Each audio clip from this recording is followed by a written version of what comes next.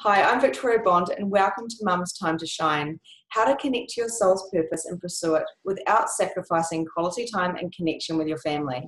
Today, I'm honoured to have Robbin McManne joining us from Canada. How are you today? Hi, I'm great. How are you? I'm great. This is a great way to spend the day interviewing you. Oh, So, Robbin is the founder and owner of Parenting for Connection. You're a mum that's right. of two gorgeous little boys, and you're a certified parent coach and hmm entrepreneur. So, got a lot going on. It's very cool. Yeah. Keeps me Um, busy. yeah, and what I love about your story is you said to me straight up when we first met, I was an angry mum. hmm And what really drew me to you was your honesty and how transparent and vulnerable you were to say that. Because so many Yeah. mums cover that up and they Mm. say, yeah, no, I'm always gentle and kind. And behind Mm. closed doors, they're ripping out their hair going, they're pretending, Yeah. and really they're drowning because they don't know what to do. And so what I Yes. loved about you is you were straight up and you said, I yelled at my kids. Yeah. Yeah. What was your turning point? Because I know this is now your business. But hmm what happened to make you actually that aha moment? Mm. Well, I was one of those moms Mm-hmm. that pretended. I really was, because my way of being in this world is to be upbeat and friendly and, happy and smiley, all that kind of stuff. But my boys challenged me so much, and I wasn't the parent that I thought I was going to be. And quite frankly, I didn't have the kids that I thought that I would have. And it sent me down a path that I didn't think I had it in me. And I was very depressed. I was very angry, and I was so ashamed, because in the rest of my life, I didn't have struggles like I was having in my parenting. And I thought, well, as a mom, I'm this warm, genuine person, so I thought, and I struggled so much with my boys. And how is it that the people who I love the most made me the most angry? So I knew with every cell in my body that me yelling wasn't right. It didn't feel right to me, and it wasn't who I was, but I didn't know what to do. Mm-hmm. So I went in search of finding another way, and I found the world of peaceful parenting. I found the world of conscious parenting. And that's when I found the idea of a parent coach and ended up hiring one for myself. She's still a friend of mine today. And she really helped me get through the reason why I was getting so angry, the triggers that I had, and she also taught me to honor and accept who my kids were and not try to change who they were, but really to change the way I went about seeing them and related to them. And it just opened up so much more peace for me in my heart, and really just surrendering to what is and not fighting about things that don't really matter. So it was a huge shift for me, and it really came out of a lot of pain and shame. Yeah.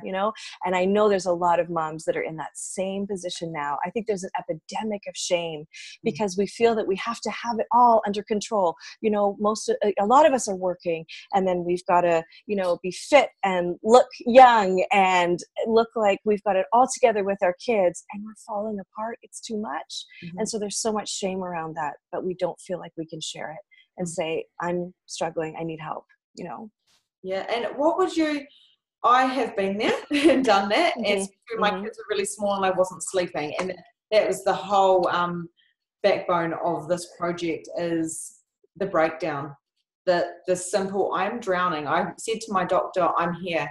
I'm not quite under, but I'm here, which meant I was well under. Right? Yeah, yeah. But I've always looked like this. I've always looked okay. Mm-hmm. So for those mums with that shame and that guilt and all that type of stuff, who should they be reaching out for? As a parent coach, that could be a really great starting point Oh, yeah. for the understanding. Yeah. Yeah, I mean, of course, I would love them to seek out support of a parent coach, of course. But, if not, I think the first step is to be honest and to talk to your fellow moms and say to someone who you feel is safe, say, I'm struggling. I'm in pain. This is hard.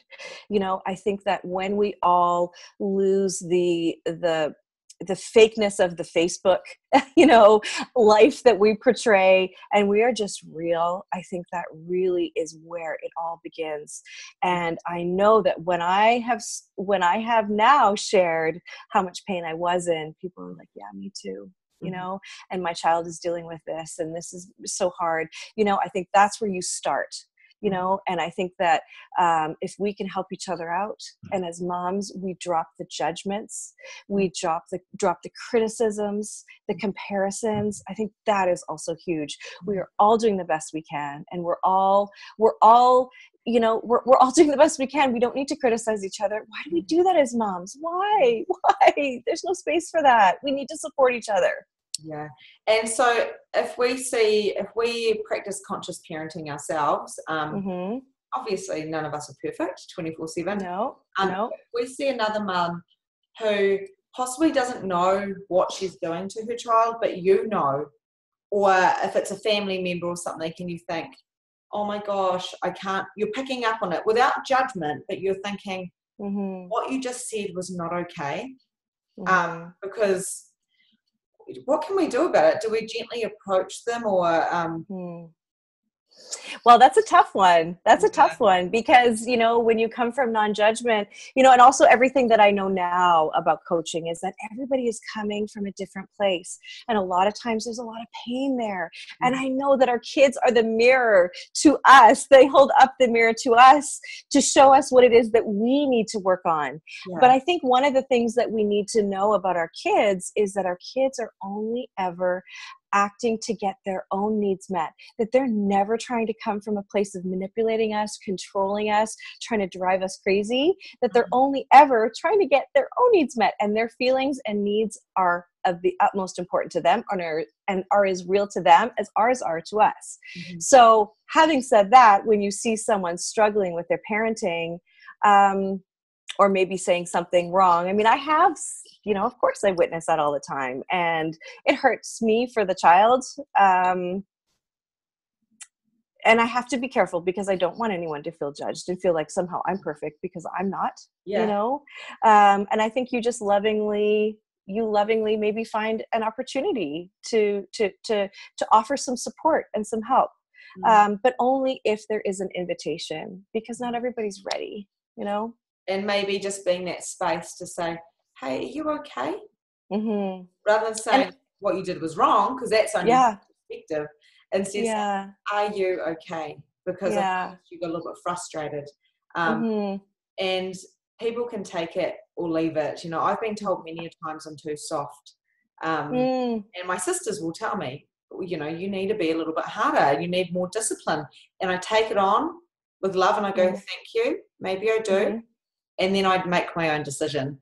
I'm the parent, and we are the best at knowing what's actually for our children.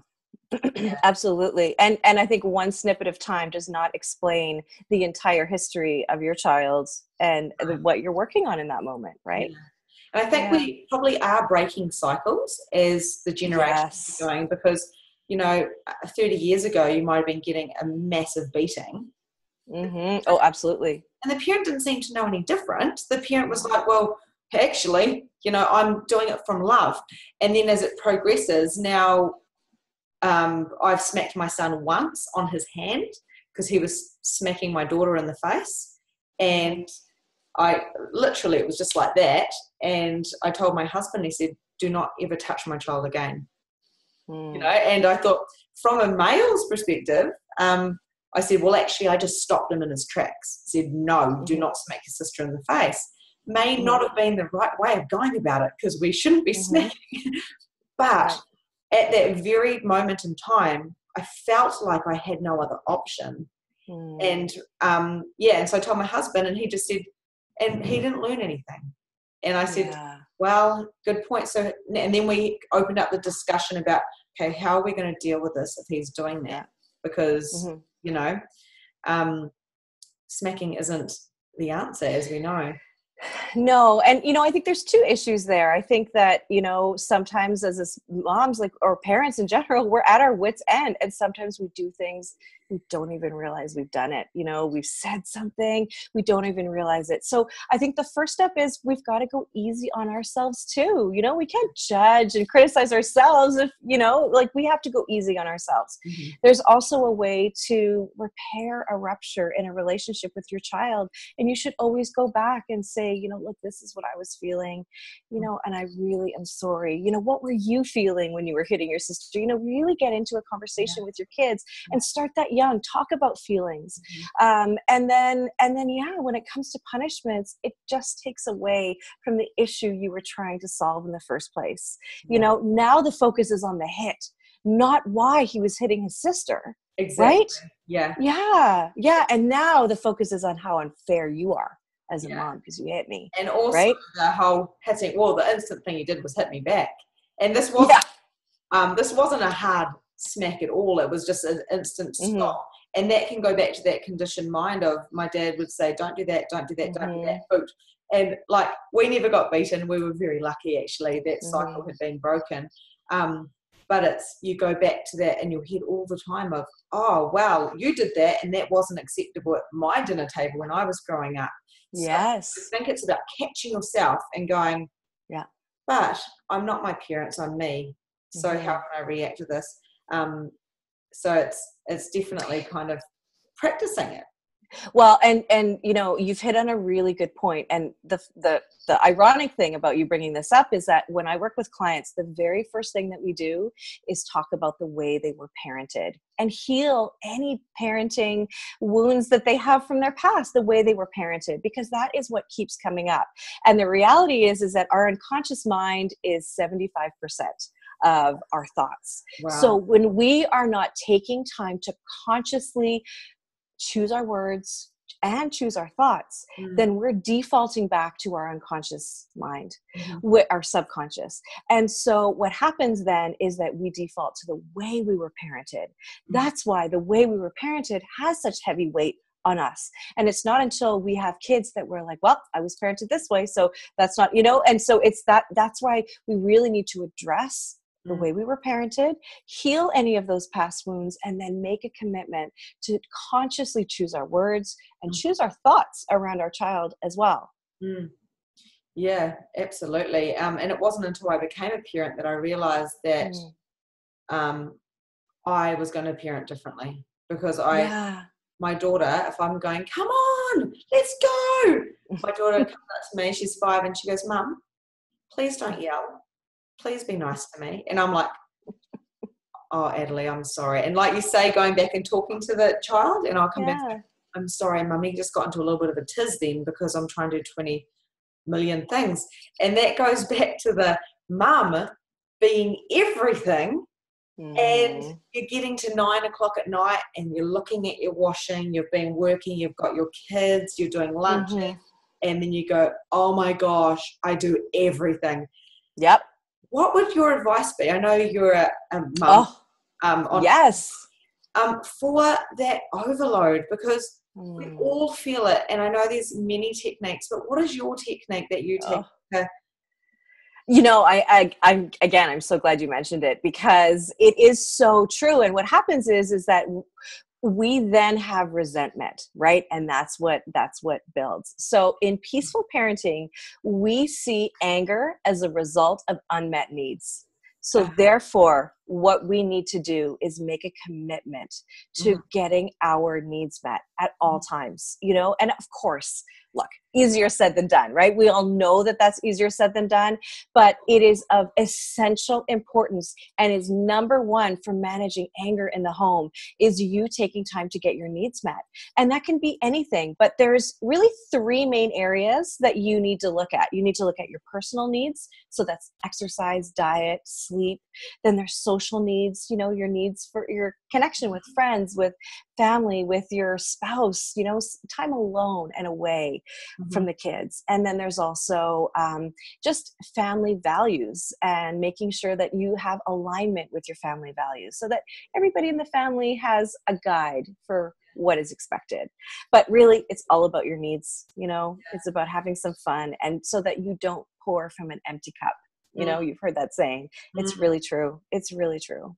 So mums having the space to be them, to really, you know, my mum actually said to me recently, I said to her, I'm doing this summit, I'd love your support.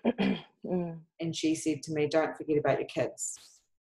And I wasn't quite sure how to take that, because I thought, I'm doing this for my kids. The amount I'm going to learn is just immense, and the amount of mothers that can, from you amazing experts, that will be nourished and stuff. And then all I thought was, it's just an interesting point of view that she has, because I know that it's not necessarily about quantity, it's about that quality time with your, and that connection, and consciously sitting down with your child and saying, how are you going? You know, not just being a stay-at-home mum and just being there physically, but about being there and making sure their needs are met. Making a connection. Yeah. Making a connection, giving them attention. Absolutely. But, you know, it's non-negotiable, because if you have nothing to give, then you are always in a place from almost fight or flight. Like you talk about being up to here. I mean, you want to parent up to here, which is really over here, right? Nobody wants to parent like that. It doesn't feel good for you, and it doesn't feel good for your kids. So it is in everyone's best interest that you take time and you carve time out to go and do what makes you happy, in addition to what makes you happy with your kids and, you know, in your family. And are we taking on too much? Like, I know we're talking about overload and stress. Is that because are we too busy being busy, or are we, now that we're trying to function in this different way in the society of being mums, and sometimes not wanting to ask for the help as well? Yes. Why don't we want to ask for help? Why? You know? And it's fear of being rejected, of them saying, I think it's a fear of being rejected. I also think it's a fear of people seeing behind the facade, you know, that we aren't perfect. But here's the thing about it. When you ask for help and you accept help, you don't just, you bless yourself, but you also bless the person who is going to help you, because how can you give if no one is willing to receive, you know? And sometimes we need it.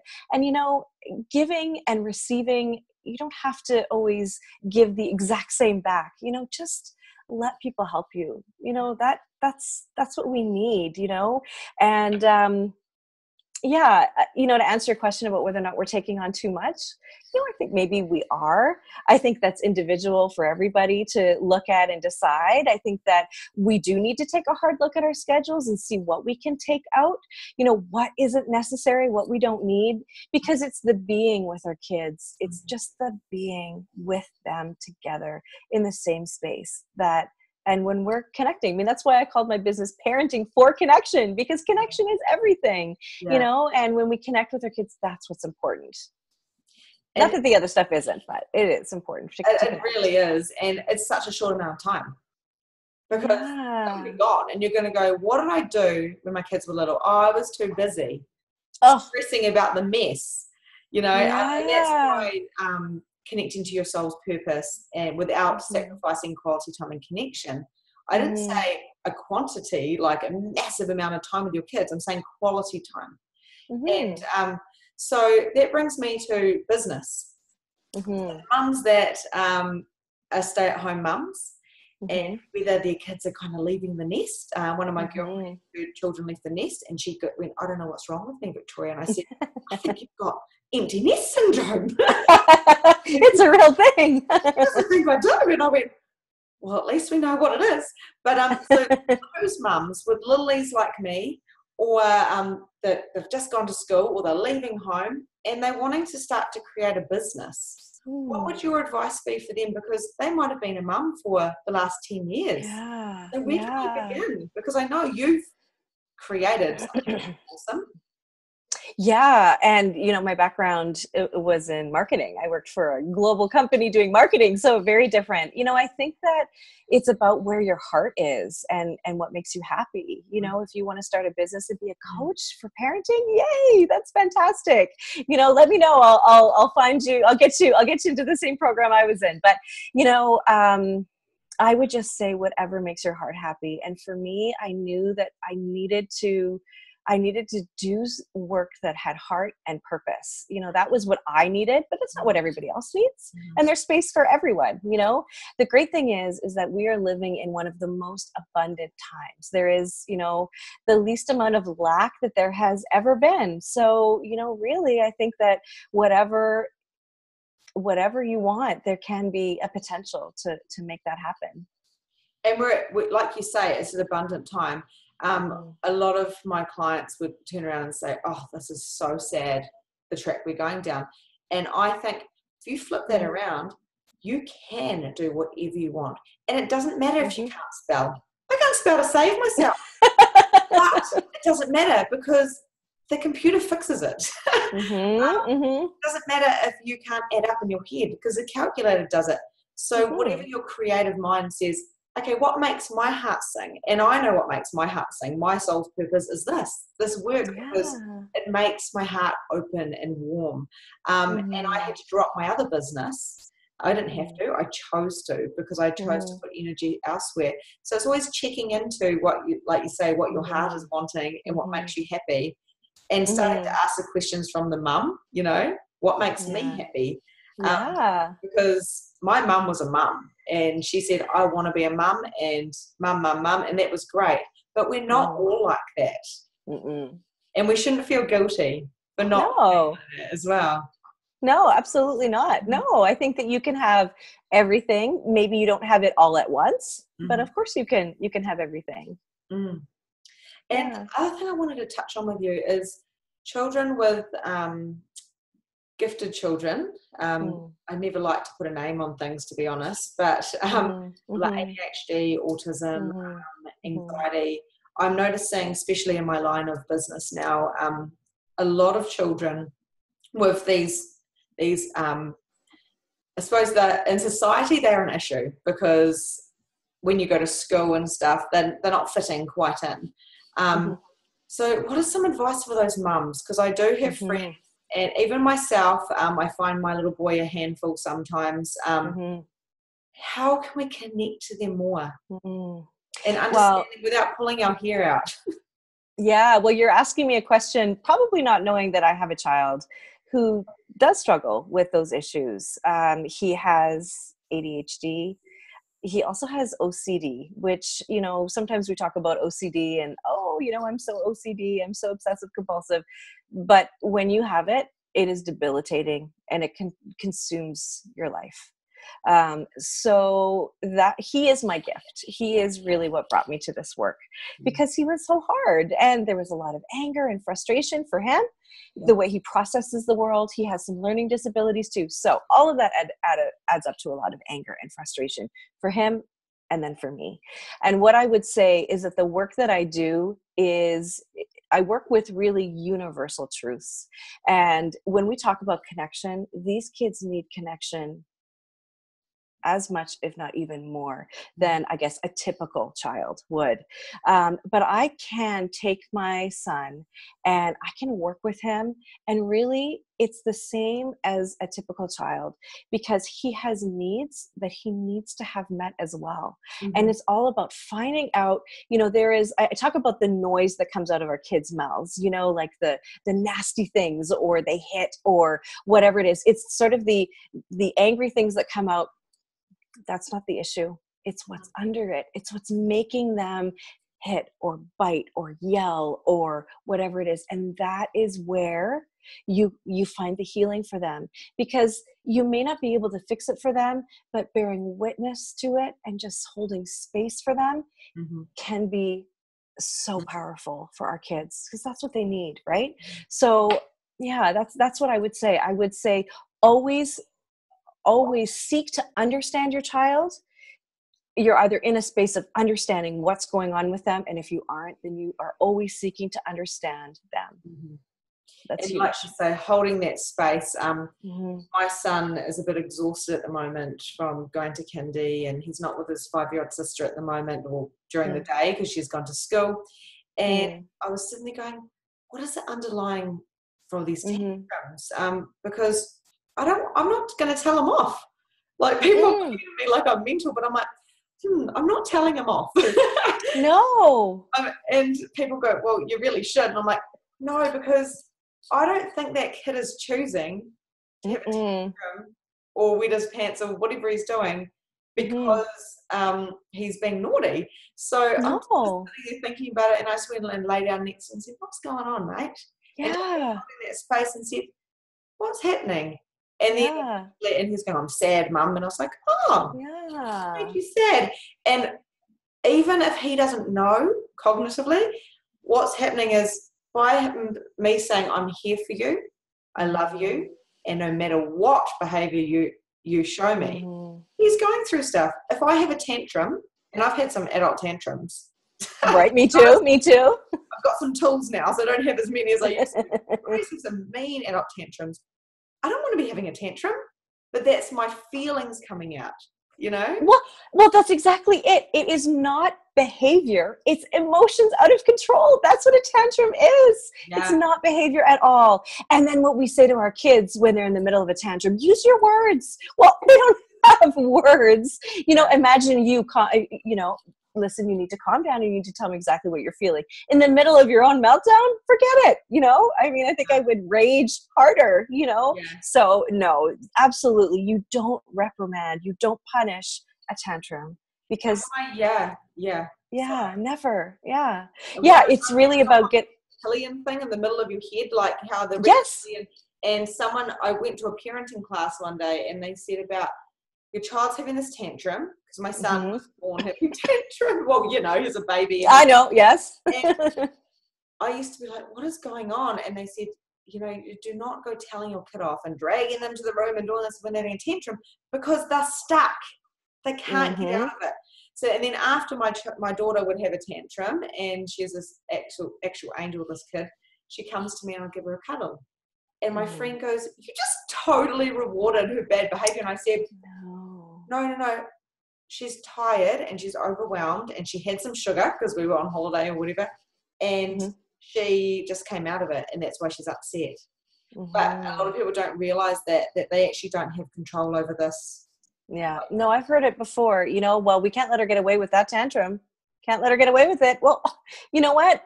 Hold the space. Hold the space. Try not to have your own tantrum right along with them. And when she's calm, that's when you talk to her. Yeah. That's when you say, what was that? You know, just like you said, you said to your son, you know, what's going on? What's going on? But you wait until you're calm and you wait until your child's calm before you go and address the situation. Because if you're not calm, then forget it. You're not going to get anywhere. And not caring about what other people or perspectives are. Yeah. Because at the end of the day, I hold my son so dear to me and my daughter. And if he is having a massive meltdown, I'm not going to punish him for it. No. It kind of actually sounds weird when you say it. It doesn't sound right. But that's my feeling. That's my heart. Yeah. We've actually run out of time. Oh my goodness. It's been so great. So you have got an amazing free gift for us today, which is, like I said to you before we started record, I cannot wait to actually properly read it. So could you please tell us what it is, Robbin? Yes. So this is one thing I'm passionate about, and that is that when we see our child behaving in a certain way that we see as negative, maybe, that we then attach a label to that. And that label can often become part of our child's identity and part of their inner voice. So what I have provided is a guide to reframing your child's behavior. So really what we're doing is we're looking at our child's behavior and reframing it in a positive way. So let's say you have a child who's shy and you say, oh, she's so shy. Oh, I can't get her to say hi to anybody, whatever. But if you were to take a look at it and say, you know, she's really observant. or she just needs a minute. It changes the energy around the behavior that you're seeing. Mm-hmm. And the other thing is that our kids are wired a certain way. They're all wired differently. And sometimes we're looking at temperament, and that's really who they are, is temperament, is who they are. And now we're labeling them and judging them, and it's rooted in shame and disapproval. Mm-hmm. And that's just not fair, for who they really are. And one last thing about it is oftentimes what we're labeling, it's temporary behavior, but that can follow them through to adulthood. I was always told I was selfish as a child. Mm-hmm. And I probably was, but I wasn't for the rest of my life. But then I turned into a people pleaser. I wanted people to know, and it was unconscious, that I was kind, I was generous, because I always had that voice in my head telling me that I was selfish. And I wanted to prove to people who didn't even know that voice was there, that I wasn't selfish. So it does play with you, it does play on your mind. So this guide, I'm so proud to give you examples of how you can change a typical behavior from negative to positive, and then also have a look at what it is that you're using, the words you're using to label your child. So it's a workbook. So I hope you enjoy it. I was thinking actually when I was having a quick look at it, this would be great to print out. And yeah. Yeah, exactly. I was watching my son's baseball game the other day, and I thought, ooh, this lady beside me could use my reframing. No judgment, but just in case. Yeah, anyway. Well, thank you so much for your time. I'm so happy to be here. And you guys check out the link where Robbin's free gift is for this simple guide, which can just make, it's like it's a guide reference. You can go to it and look at the behavior and see the underlying and see what you can do. That's the gist of it I got. And seriously, I know I will be. So I'm pretty excited about that. And Robbin, where can we find you if we want to know more? Because to be honest with you, I mean, I'm in New Zealand, but I wish I knew about parenting coaches a couple of years back, because those deep feelings the mothers are having, once we unleash that, we can be entrepreneurs, we can be great mums, great wives, and all that type of stuff. So where can we find you? I am at parentingforconnection.com. I'm also on Facebook. So it's parenting for number 4 connection. And yeah, I mean, I think you'll have the link to my information as well. But yeah, and look, I work with clients from all over. For me, if anybody does resonate with what I'm talking about and you feel like you could use some extra help, I would love to talk to you and work with you as well. But everything is on my website. You can find out how to book a free call with me if that's what you're interested in, just to talk about what your struggles are. And then we can, if you're looking for a coach or looking for some help, I'd love to help you as well. And you're absolutely just so easy to connect with and talk to. And thank you. I know you're very efficient at getting back to people straight away. And and thank you so much for your time. Thank you. And thank you for the summit. Thank you for what you're doing and bringing this work to so many people who need to hear it. Thank you for everything you've done. And I just thought that the most efficient way of doing it is getting the experts, because you guys have helped me, and it's so much bigger, your voice, to really get out and about, and so people know, and then they get to choose. Absolutely. Yep. So thank you so much. And thank you. To see more from you in the future and on Facebook. Yay. Thank you. Thanks, Robbin. Have a lovely evening. Thank you. You too. See ya. Bye now. Bye.